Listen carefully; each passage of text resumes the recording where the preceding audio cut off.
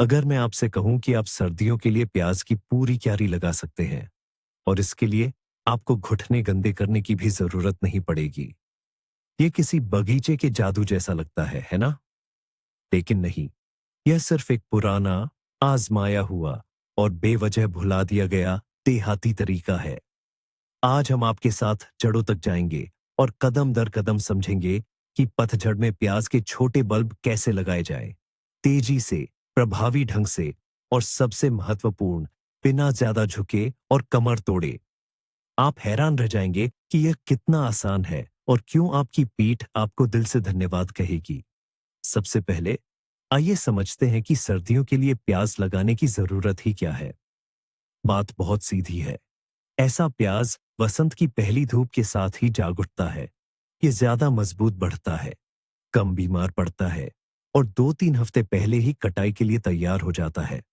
इसका मतलब है, जब आपके पड़ोसी अपनी क्यारियां तैयार कर रहे होंगे, तब आपके खाने की मेज पर ताजी हरी प्याज होगी। यहाँ देहाती देहाती शब्द का मतलब राजनीति से नहीं, बल्कि एक तरीके से कम मेहनत में ज्यादा से ज्यादा नतीजा। जब सिर्फ एक क्यारी नहीं, बल्कि पूरा खेत लगाना होता था, तब कोई भी हर एक प्याज के साथ घुटनों के बल नहीं रेंगता था। लोग समझदारी और साधारण औजारों का इस्तेमाल करते थे। आज हम उसी समझदारी को अपनाएंगे। तो बागवानी का हमारा यह अभियान कहां से शुरू होता है? जाहिर है, क्यारी तैयार करने से। और यहीं पर हमारा पहला और सबसे बड़ा रहस्य है। अपनी बड़ी बावड़ी को दूर रख दें। सच कहूं तो आज हमें इसकी जरूरत नहीं पड़ेगी। शरद ऋतु में कमर तोड़ गहरी खुदाई के बारे में भूल जाइए, जिससे बाद में आपकी पूरी कमर दर्द करने लगती है। पतझड़ में ये फालतू और हानिकारक काम है। जरा सोचिए तो, गर्मियों की फसल के बाद मिट्टी वैसे भी काफी जीवंत और भुरभुरी होती है। इसकी बनी बनाई संरचना को क्यों बिगाड़े? केंचुओं और अन्य उपयोगी जीवों को क्यों परेशान करे? यही नहीं, गहरी खुदाई से केवल खरपतवार के बीज ऊपर आ जाएंगे और वसंत की पहली धूप पड़ते ही वे आपके लिए एक बड़ी परेशानी खड़ी कर देंगे। हमारा काम इसके ठीक विपरीत है। हमें केवल मिट्टी की सबसे ऊपरी परत को हल्का सा भुरभुरा करना है, बस ताकि वह हवादार और बुरबुरी हो जाए। कल्पना कीजिए कि आप खुदाई नहीं कर रहे हैं, बल्कि रेक या कुदाल से मिट्टी को हल्का सा संवार रहे हैं। ये हमारे कंधों को आरामदायक महसूस कराने के लिए बिल्कुल पर्याप्त होगा। आपकी पीठ तो अभी से आपको धन्यवाद कह रही होगी, है ना? हमने फावड़े को किनारे रख दिया है, तो अब सवाल यह है कि पैदावार की इस जंग में हमारा सबसे बड़ा साथी कौन सा औजार बनेगा? तो लीजिए, पेश है आज का हमारा असली हीरो, एक साधारण सी खुरपी। या अगर आप बागवानी के माहिर खिलाड़ी हैं, तो फोकिन का फ्लैट कटर। यही वो सरल पर कमाल का औजार है, जो हर शानदार चीज की तरह आसान है। और यही है बिना झुके बुवाई करने की हमारी कुंजी। इसकी मदद से आप सारा काम खड़े खड़े, सीना तान कर और बिल्कुल सीधी कमर के साथ कर पाएंगे। जरा सोचिए, आपको कमर तोड़कर झुकना नहीं पड़ेगा। ठंडी पतझड़ की मिट्टी में घुटने टिकाने की जरूरत नहीं पड़ेगी। बस आपको अपने हाथों में एक हल्का सा औजार पकड़े रहना है और हल्के फिसलन भरे अंदाज में, बिना किसी जोर लगाए, सारा जरूरी काम करते जाना है। खुरपी या फ्लैट कटर आपके हाथों का ही एक हिस्सा बन जाते हैं। वैसे फ्लैट कटर इस मामले में और भी ज्यादा आरामदायक है। यह सिर्फ मिट्टी की गुड़ाई ही नहीं करता, बल्कि बचे हुए खरपतवारों की जड़ों को भी बड़ी सफाई से काट देता है, और वो भी बिना मिट्टी की परतें पलटे। यह सिर्फ एक औजार नहीं, बल्कि स्मार्ट गार्डनिंग की एक पूरी सोच है। काम बोझ की बजाय आनंद देने वाला होना चाहिए। और हमारा आज का यह तरीका इसी बात का जीता जागता सबूत है। अब जब औजार हाथ में है और क्यारी इंतजार कर रही है, तो सबसे मजेदार हिस्सा शुरू होता है, छोटी नालियाओं या खांचे बनाना। और यह काम भी आप खड़े खड़े बहुत आसानी से कर सकते हैं। आपको बस कुदाल या फावड़ा तैयार जमीन के किनारे पर रखना है और हल्के दबाव के साथ उसे अपनी ओर पूरी क्यारी की लंबाई में खींचना है। बस जमीन अपने आप रास्ता दे देगी और एक साफ सुथरी, ज्यादा गहरी न होने वाली नाली बन जाएगी। और इस तरीके का सबसे बड़ा फायदा यही है, कोई रस्सी खींचने की जरूरत नहीं, कोई टेप या लेवल की जरूरत नहीं। हम तो देसी तरीके से ही लगाते हैं, याद है ना? इसका मतलब है तेजी से, असरदार तरीके से और अंदाजे से। आपकी आंखें ही सबसे अच्छा मापक यंत्र है। एक लाइन बनाई, थोड़ी जगह छोड़ी और दूसरी बना ली। यह परफेक्शन की जरूरत नहीं है। हमारा मकसद क्यारी में पौधे लगाना है, न कि कोई इंजीनियरिंग का नक्शा तैयार करना। बस इतना ध्यान रहे कि नालियां कमोबेश समानांतर हों। यकीन मानिए, प्याज को जरा भी फर्कस नहीं पड़ता कि लाइन 1 मिलीमीटर तक सटीक है या नहीं।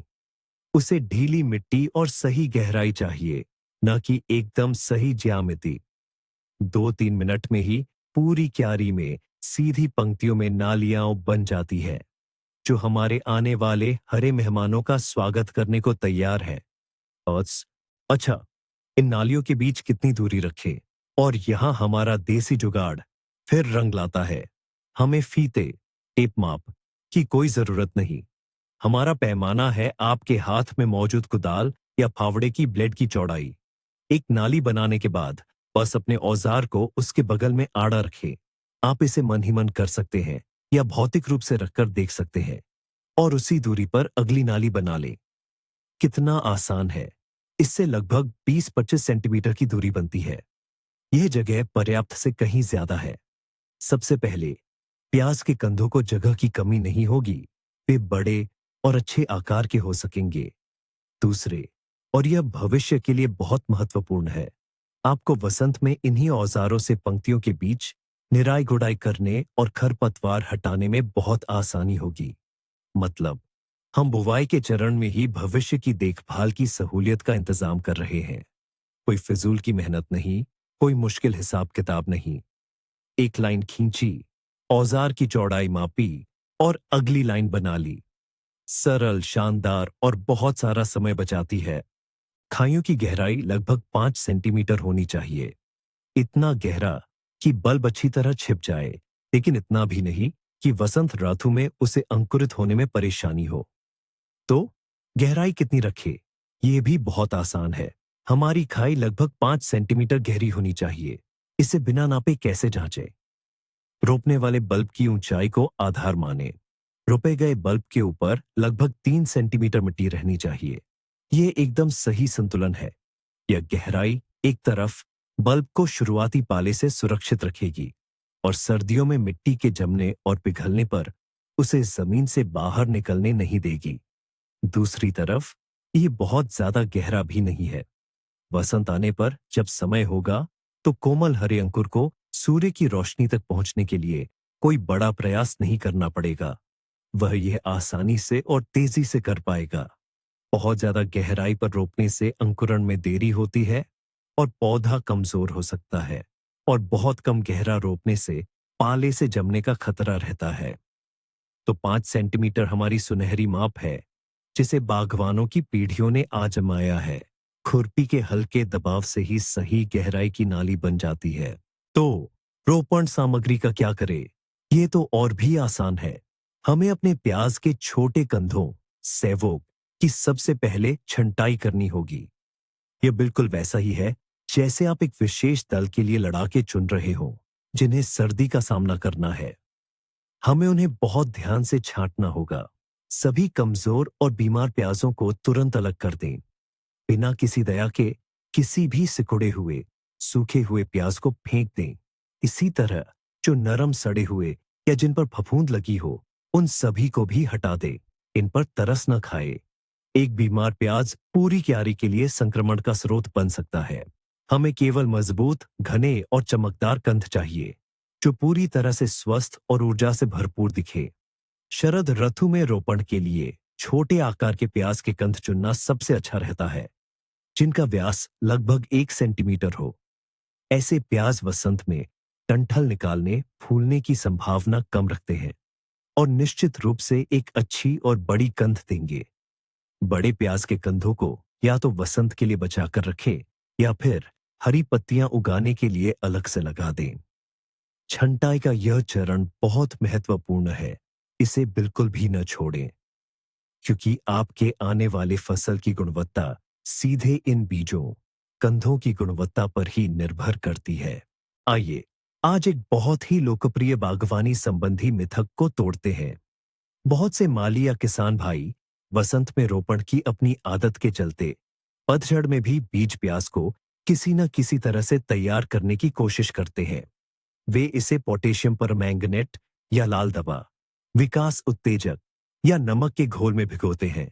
तो सुनिए, रुकिए, पतझड़ में ऐसा करना बिल्कुल भी नहीं चाहिए, बल्कि यह नुकसानदायक है। तार्किक रूप से सोचिए, हमारा लक्ष्य है कि बीज प्याज वसंत तक जमीन में आराम से सोता रहे। इसे जड़ पकड़नी चाहिए, लेकिन अंकुरित नहीं होना चाहिए और न ही बढ़ना चाहिए। और किसी भी तरह का भिगोना, खासकर गर्म पानी या विकास उत्तेजकों में, पौधे के लिए एक संकेत है, जाग जाओ, बढ़ने का समय हो गया है। बीज प्याज नमी सोख लेगा, हरी कोंपलें फूटने लगेंगी और तभी कड़ाके की ठंड पड़ जाएगी और बस आपकी पूरी फसल तबाह हो जाएगी। यह जगा हुआ बीज प्याज जमकर जमीन में सड़ जाएगा।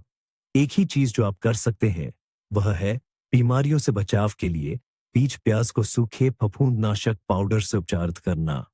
बस उस पर हल्का सा पाउडर लगा दें। लेकिन भिगोना, यह गलती बिल्कुल भी नहीं करनी चाहिए।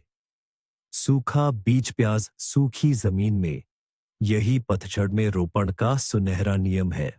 और अब हम पहुंच गए हैं सबसे अहम पड़ाव पर, हमारे इस आलसी तरीके के सबसे खास पल पर।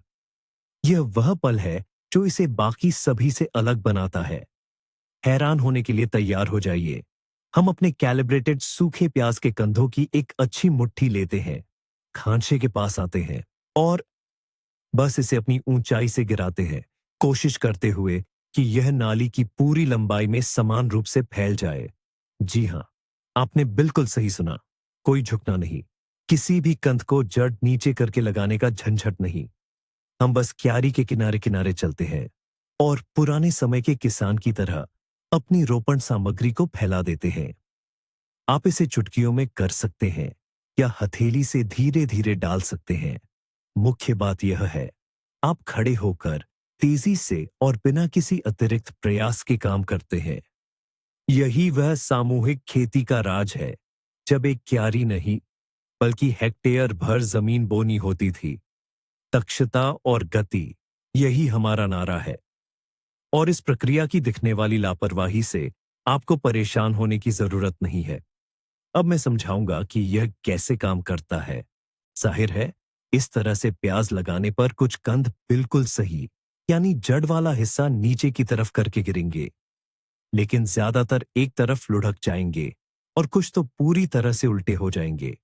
ऐसे में किसी भी माली के मन में सबसे पहले यही ख्याल आएगा, अरे बाप रे, ये तो सब बेकार हो गया। लेकिन नहीं, ऐसा नहीं है। शांत रहे और प्रकृति पर भरोसा करें। प्याज एक अविश्वसनीय रूप से समझदार और दृढ़ पौधा है। इसके अंदर जीवित रहने का एक शक्तिशाली तंत्र पहले से ही मौजूद होता है। आप इसे कैसे भी रखें या पलट दें, इसे हमेशा पता होता है कि इसका निचला हिस्सा कहाँ है और ऊपरी हिस्सा कहाँ। वसंत में जैसे ही मिट्टी गर्म होगी, प्याज का कंद, भले ही वह एक तरफ लेटा हो, अपनी जड़ें सीधे जमीन में नीचे की ओर फैलाएगा ताकि उसे पानी और पोषण मिल सके। और इसका हरा अंकुर थोड़ा सा मुड़कर सीधे ऊपर सूरज की रोशनी की तरफ बढ़ेगा। उसे अपनी प्रारंभिक स्थिति से कोई फर्क नहीं पड़ता, वह अपना सही रास्ता खुद ही ढूंढ लेता है। दरअसल हम अपनी मेहनत बचा रहे हैं और बाकी का सारा काम ये पौधा खुद ही कर लेता है। क्या यह कमाल नहीं है? हाँ, प्याज को पूरी तरह से अव्यवस्थित ढंग से फैलाना ठीक नहीं है। थोड़ा ध्यान तो रखना ही होगा। हमारा काम यह है कि क्यारी में प्याज के छोटे कंद एक दूसरे से लगभग 5-7 सेंटीमीटर की दूरी पर रहे। यदि आप उन्हें थोड़ी थोड़ी चुटकी भर मात्रा में डालेंगे तो वे लगभग इसी तरह से व्यवस्थित होंगे। कहीं थोड़े घने हो जाएंगे, कहीं थोड़े कम। कोई बात नहीं, ये कोई सर्जरी नहीं है। वसंत में यदि कहीं प्याज बहुत घने उग जाए, जैसे झाड़ू की तरह, तो आप उन्हें बस पतला कर देंगे और ये छोटी छोटी मुलायम पत्तियां आपके सलाद के लिए पहली विटामिन से भरपूर हरी सब्जी बनेंगी। तो इस तरह घने पौधे लगाना भी हमारे लिए लाभदायक होगा। और जहां पौधों के बीच थोड़ी अधिक जगह होगी, वहां प्याज के कंधों को ज्यादा जगह मिलेगी और वे बड़े होंगे। प्रकृति अपने आप सब कुछ संभाल लेगी। मुख्य बात यह है कि सारे प्याज के छोटे कंद एक साथ एक ही जगह ढेर न लगाए। बस क्यारी के किनारे किनारे चलते जाइए और प्याज के कंधों को बराबर दूरी पर नमक छिड़कने जैसे फैलाते जाइए। एक कतार में ऐसा करने में सचमुच बस कुछ ही सेकंड लगते हैं। तो हमारी नालियों में प्याज के कंद बो दिए गए हैं। ये छोटे कंद अब अपनी बारी का इंतजार कर रहे हैं। अब आगे क्या? इसके बाद हम फिर से अपनी वही भरोसेमंद साथी कुदाल या खुरपी उठा लेते हैं और फिर से बिना कमर झुकाए बुवाई का काम पूरा करते हैं। हमारा काम है इन नालियों को मिट्टी से ढकना। इसके लिए हम बस औजार को नाली के बगल में रखकर हल्के हाथों से आसपास की जगह से मिट्टी को नालियों पर चढ़ाते हैं। एक बार नाली के एक तरफ से, दूसरी बार दूसरी तरफ से। बस प्याज के कंद मिट्टी की एक हल्की परत से ढक दिए गए हैं। आप बस क्यारी के साथ साथ चलते हैं और ये आसान हरकतें करते रहते हैं। यह बिल्कुल ऐसा है जैसे कोई सफाई कर्मी पत्तों को इकट्ठा कर रहा हो। यह प्रक्रिया न केवल तेज है, बल्कि मैं कहूंगा यह ध्यान लगाने जैसा सुकून भी देती है। आपको कोई जोर नहीं लगाना पड़ता। आप बस क्यारी के साथ साथ टहलते हैं और उसे सही करते जाते हैं। मिट्टी अपने आप ही ठीक से बैठ जाती है और हमारी आने वाली फसल को ढक लेती है। पूरी क्यारी बस कुछ ही मिनटों में बराबर हो जाती है। बुवाई का काम लगभग पूरा हो चुका होता है और आप थके भी नहीं होते। हमारी बुवाई का आखिरी और सबसे महत्वपूर्ण कदम है क्यारी को समतल करना। खांचों को मिट्टी से भरने के बाद जमीन की सतह थोड़ी ऊबड़ खाबड़ दिख सकती है। इसे एक साफ सुथरा और तैयार रूप देने के लिए और हमारे छोटे कंधों को मिट्टी की एक समान परत से पूरी तरह से ढकने के लिए हम एक अंतिम काम करते हैं। बस अपनी कुदाल को पलटकर उसकी सपाट पिछली सतह का उपयोग करें और उसे पूरी क्यारी पर धीरे धीरे चलाएं, जैसे कि आप मिट्टी को चिकना कर रहे हो। आप चाहें तो इसके लिए सामान्य रेक का भी इस्तेमाल कर सकते हैं। यह छोटा सा काम मिट्टी की सभी असमानताओं को दूर कर देगा, ऊपरी परत को हल्का सा दबा देगा ताकि हवा उसे उड़ा न ले जाए और हमारे पौधों को सर्दियों के लिए एकदम सही और सुरक्षित माहौल देगा। असल में हम एक साथ दो काम कर रहे हैं। अपनी बुवाई का काम भी पूरा कर रहे हैं और क्यारी को आने वाली ठंड के लिए तैयार भी कर रहे हैं। अब क्यारी बिल्कुल व्यवस्थित और सुंदर दिख रही है और हमारे कंद मिट्टी की एक समान सुरक्षित परत के नीचे आराम से छिपे हुए हैं। खांचे बनाने से लेकर इस आखिरी समतल करने तक की पूरी प्रक्रिया में हमें मुश्किल से 15 मिनट लगे और सबसे बड़ी बात यह है कि यह सब हमने खड़े खड़े ही कर लिया, बिना एक बार भी धरती मां के आगे झुके। मानते हैं ना? यह तरीका बागवानी के पारंपरिक काम के बारे में हमारी सोच को पूरी तरह से बदल देता है। और यहीं पर कई लोगों के मन में एक स्वाभाविक सवाल उठता है, क्या हमें पानी देना चाहिए? क्योंकि हम तो यही सोचते हैं कि कोई भी पौधा लगाने के बाद भरपूर पानी देना जरूरी होता है। लेकिन शरद ऋतु में प्याज लगाते समय यह एक और आम गलती है। लगाने के बाद क्यारी में बिल्कुल भी पानी नहीं डालना चाहिए। इस नियम को हमेशा याद रखें। पहला, शरद ऋतु की मिट्टी अपने आप में ही काफी नम होती है।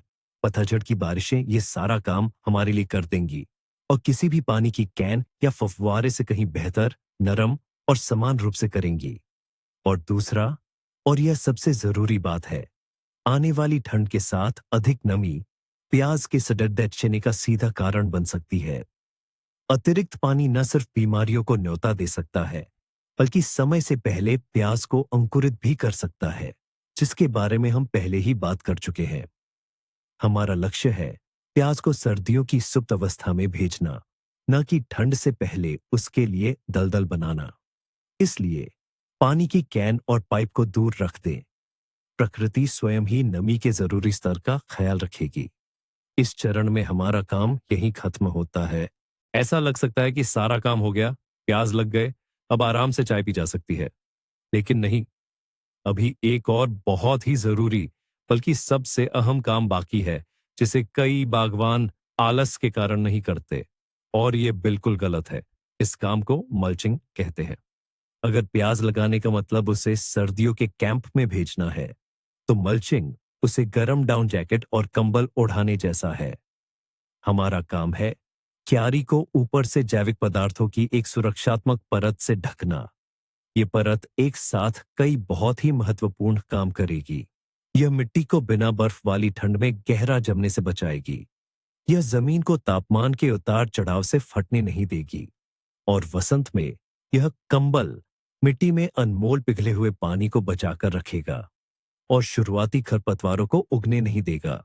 मल्चिंग को नजरअंदाज करना मतलब हमारी सारी मेहनत पर पानी फेरना और सब कुछ किस्मत के भरोसे छोड़ देना। और हम सब तो निश्चित परिणाम चाहते हैं, है ना? इसलिए थोड़ा समय निकालिए और अपने प्याज को सर्दियों के लिए जरूर ढकिए। प्याज को ढकने के लिए सबसे अच्छी सामग्री क्या है और यह कवर कहां से मिलेगा? इसके लिए ढेर सारे विकल्प हैं और इनमें से ज्यादातर चीजें आपको अपने आसपास ही आसानी से मिल जाएंगी। सबसे आसान और आसानी से मिलने वाली सामग्री है सूखी गिरी हुई पत्तियां। बस स्वस्थ पेड़ों की पत्तियां ही लें, जैसे बर्च, मेपल या लिंडन। ओक, शाहबलूत के पत्तों का इस्तेमाल न करें, क्योंकि उनमें टैनिन की मात्रा बहुत ज्यादा होती है। पुआल या सूखी घास भी एक बेहतरीन विकल्प है। यह सामग्री अच्छी तरह से हवादार होती है और सघन नहीं होती। अगर आपके पास लकड़ी का बुरादा या चिप्स उपलब्ध है, तो वह भी बहुत अच्छा है, लेकिन ताजे की जगह पुराने या पहले से रखे हुए का उपयोग करना बेहतर होगा। और हाँ, इस काम के लिए एक पारंपरिक और बेहतरीन चीज है पाइन या बर की टहनियां। यह न केवल अच्छी तरह से गर्मी देती है, बल्कि उन चूहों को भी दूर रखती है जो सर्दियों में आपके प्याज के कंधों, पल्बों को नुकसान पहुंचा सकते हैं। लेकिन कुछ ऐसी चीजें हैं जिनका इस्तेमाल बिल्कुल नहीं करना चाहिए, जैसे पॉलीथीन की पन्नी या रूबेरॉइड। इनके नीचे जमीन में हवा का संचार नहीं होगा और नमी जमा हो जाएगी, जिससे प्याज सड़ जाएगा। हमें हवादार और प्राकृतिक सामग्री की जरूरत है। ठीक है, सामग्री तो हमने तय कर ली। अब इस सुरक्षात्मक परत की मोटाई कितनी होनी चाहिए? यहाँ एक आसान सा नियम लागू होता है, जितना ज्यादा हो उतना ही अच्छा। मल्च की परत पर्याप्त मोटी होनी चाहिए, कम से कम 5 सेंटीमीटर और हो सके तो 7-10 सेंटीमीटर। इस बात से न डरे कि वसंत में प्याज को इस परत से बाहर निकलने में मुश्किल होगी। सबसे पहले सर्दियों में मल्च थोड़ी बैठ जाएगी और दबकर घनी हो जाएगी। और दूसरा, प्याज के मजबूत हरे पत्ते काफी घनी परत को भी आसानी से भेदने में सक्षम होते हैं। कल्पना कीजिए एक मोटे सर्दियों के कंबल की। हमें अपनी क्यारी को लगभग ऐसे ही कंबल से ढकना है। यदि आप सूखी पत्तियों जैसी हल्की सामग्री का उपयोग कर रहे हैं, तो उसके ऊपर कुछ टहनियां और डाल दें, ताकि पहली ही तेज हवा से मल्च उड़ न जाए। इस चरण पर उचित ध्यान दें और आपकी प्याज की फसल पूरी सर्दी भर 5 स्टार होटल जैसी गर्माहट और आराम में रहेगी। पतझड़ में किया गया यह छोटा सा काम वसंत में आपको ढेर सारी परेशानी और मेहनत से बचाएगा। तो सारा काम अब पूरा हो चुका है।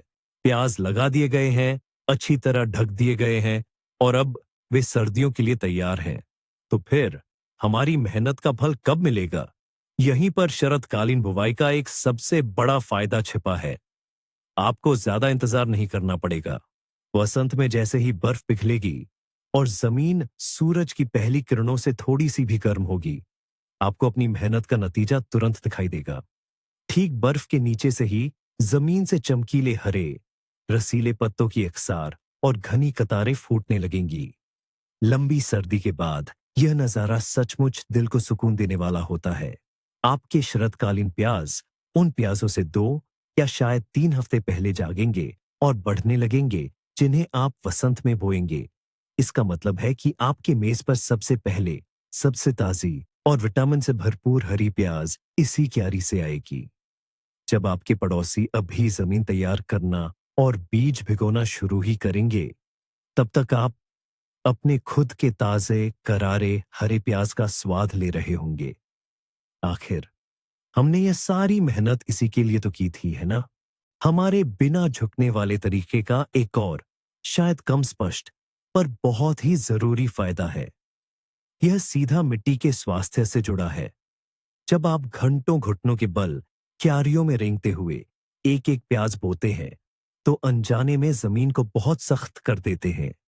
आप सचमुच अपने घुटनों और हाथों से क्यारियों के बीच की मिट्टी को जमा देते हैं। मिट्टी अपनी भुरभुरी बनावट, अपनी हवादार संरचना खो देती है। ऐसी दबी हुई जमीन में पौधों की जड़ों को फैलना बहुत मुश्किल हो जाता है और उन्हें ऑक्सीजन भी ठीक से नहीं मिल पाती। लेकिन हमारे तरीके में क्या होता है, हम जमीन को बिल्कुल छूते ही नहीं। हम खड़े खड़े सारा काम करते हुए उस पर आसानी से चलते हैं। मल्च के नीचे की मिट्टी भुरभुरी, जीवित और हवा से भरी रहती है, ठीक जैसे कोई रुई का लिहाफ हो। ऐसी परिस्थितियों में प्याज की जड़ें मजबूत और स्वस्थ बनती है, जो आसानी से नमी और पोषण प्राप्त करती है। इसका सीधा असर आने वाले प्याज के आकार और गुणवत्ता पर पड़ता है। तो इस तरह अपनी पीठ को स्वस्थ रखते हुए हम साथ ही अपनी जमीन की सेहत का भी पूरा ख्याल रखते हैं।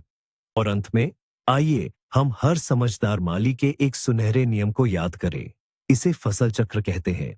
अगर आप इस नियम को तोड़ते हैं, तो रोपण का सबसे उत्तम तरीका भी अच्छा नतीजा नहीं देगा। सीधी सीधी बात करें तो प्याज को वहां मत लगाइए जहां पिछले या उससे पिछले साल उसके अपने रिश्तेदार, जैसे कि कोई और प्याज, लहसुन या लीक, उग चुके हों। ऐसा करना इतना जरूरी क्यों है?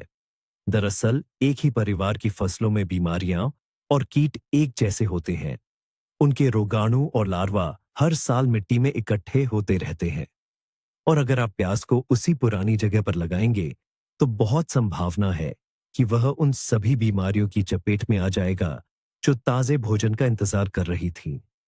प्याज के लिए खीरा, कद्दू, पत्ता गोभी, टमाटर, आलू या फलियां सबसे अच्छी पूर्व फसलें हैं। इस आसान नियम का पालन करने से आप बीमारियों का खतरा कई गुना कम कर देते हैं और अपनी आने वाली फसल को एक स्वस्थ और मजबूत शुरुआत देते हैं। लेकिन सबसे बड़ा ट्विस्ट या कमाल तो आपको वसंत में देखने को मिलेगा। जब आप हरे प्याज की सीधी मजबूत कतारें देखेंगे, तो आपको एहसास होगा कि यह दिखने में थोड़ा लापरवाह लगने वाला तरीका भी 100% काम करता है। इसका जादू ये है कि प्याज का कंद, भले ही वह टेढ़ा पड़ा हो, अपनी सहज प्रवृत्ति से जड़े नीचे की ओर और अंकुर ऊपर की ओर ही निकालता है। आपने उसे कसकर मिट्टी में बंद नहीं किया, बल्कि उसे आजादी दी और उसने आपको बेहतरीन नतीजे देकर इसका शुक्रिया अदा किया। इस तरीके से आपने घंटों की मेहनत बचाई और नतीजा उतना ही अच्छा या अक्सर उससे भी बेहतर पाया, जितना कि एक एक करके सावधानी से बीज लगाने पर मिलता है। तो संक्षेप में कहें तो ये देहाती तरीका आलस्य नहीं, बल्कि समझदारी से अपनी मेहनत बचाने का है। हम कुदाल से क्यारियां से बनाते हैं, प्याज के छोटे छोटे कंधों को बेतरतीब ढंग से बिखेर देते हैं, फिर उसी कुदाल से ढक देते हैं और सर्दियों के लिए ढक देते हैं। बस, न कमर दर्द, न घुटने गंदे होने की चिंता, बस एक शुरुआती और भरपूर फसल की शानदार उम्मीद। ये वीडियो अंत तक देखने के लिए आपका बहुत बहुत धन्यवाद। अगर आपको यह सरल लेकिन कमाल का असरदार तरीका पसंद आया हो, तो वीडियो को लाइक करना और चैनल को सब्सक्राइब करना न भूलें, ताकि आप बागवानी की ऐसी ही दूसरी बेहतरीन तरकीबों से चूक न जाए। अब आपसे एक सवाल है, आप सर्दियों के लिए प्याज कैसे लगाते हैं? क्या आप भी अपना काम आसान बनाने के लिए कुछ खास नुस्खे या ट्रिक्स इस्तेमाल करते हैं? अपने अनुभव कमेंट्स में जरूर साझा करें। आइए हम सब मिलकर अपनी जानकारी और बुद्धिमत्ता का आदान प्रदान करें।